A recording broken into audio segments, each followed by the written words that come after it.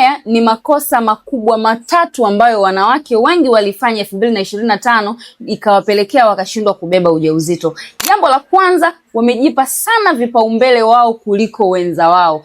Yaani anapoona ametafuta ujauzito bila mafanikio, huwa yeye ndio anawajibika zaidi kuliko mume wake. Anasahau ya kwamba mtoto anapatikana pande zote mbili, yaani ubabani pamoja na umamani. Ila jambo la pili, wametumia hovyo sana njia za uzazi wa mpango, ndio maana imewapelekea wameshindwa kubeba ujauzito. Na sio njia za uzazi wa mpango tu peke yake, bali wengine walikuwa wanadiriki hadi kustopisha hedhi zao ili wakutane na wenza wao kimwili. Ndio maana imewapelekea wameshindwa kuweza kubeba ujauzito. Na jambo la tatu ambalo ni kubwa zaidi, huwa wakienda hospitali hawazungumzii shida yao ya kumwagika kwa mbegu baada ya kumaliza tendo la ndoa.